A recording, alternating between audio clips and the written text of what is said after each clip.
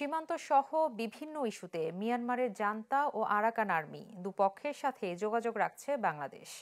দুপুরে টেকনাফ সীমান্ত পরিদর্শনে গিয়ে এমন কথা জানান স্বরাষ্ট্র উপদেষ্টা জাহাঙ্গীর আলম চৌধুরী। জানান, যে কোনো পরিস্থিতি মোকাবেলায় প্রস্তুতি আছে সীমান্তে।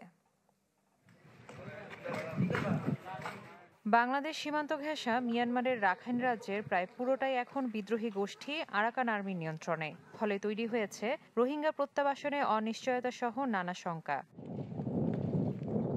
এমন পরিস্থিতিতে টেকনাফের সীমান্ত এলাকা পরিদর্শনে আসেন স্বরাষ্ট্র উপদেষ্টা। বিভিন্ন পয়েন্ট ঘুরে দেখার পর কথা বলেন সাংবাদিকদের সাথে। জানান, ওপারে পরিবর্তিত পরিস্থিতিতে দেশটির দুই পক্ষের সাথে যোগাযোগ রাখছে বাংলাদেশ।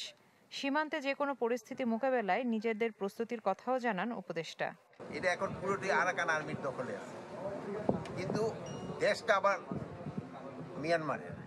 এখন আমাকে দোনোজনের সাথেই একটা সম্পর্ক বজায় রাখতে হচ্ছে এবং দোনোজনের সাথে আমাকে একটা যোগাযোগ আছে। অন্যান্য সব বাহিনীগুলি বিজিবি সহ তারা সব সময় খুব সজাগ আছে। রাখাইনের সংঘাতের প্রভাবে ইতোমধ্যে 50 থেকে 60 হাজার রোহিঙ্গা অনুপ্রবেশ করেছে বাংলাদেশে। তবে তাদের ব্যাপারে সরকার কি সিদ্ধান্ত নিয়েছে তা পরিষ্কার করে বলেননি স্বরাষ্ট্র উপদেষ্টা। এরা তাদের রেজিস্ট্রেশনটা হবে কি হবে না এটা একটা ডিসিশন।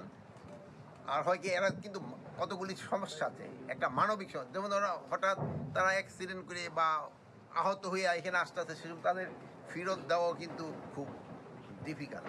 সীমান্ত পরিদর্শনকালে স্বরাষ্ট্র উপদেষ্টার সঙ্গে ছিলেন বিজিবির মহাপরিচালক major general Mohammad Ashrafuzzaman. Desk report, channel 24।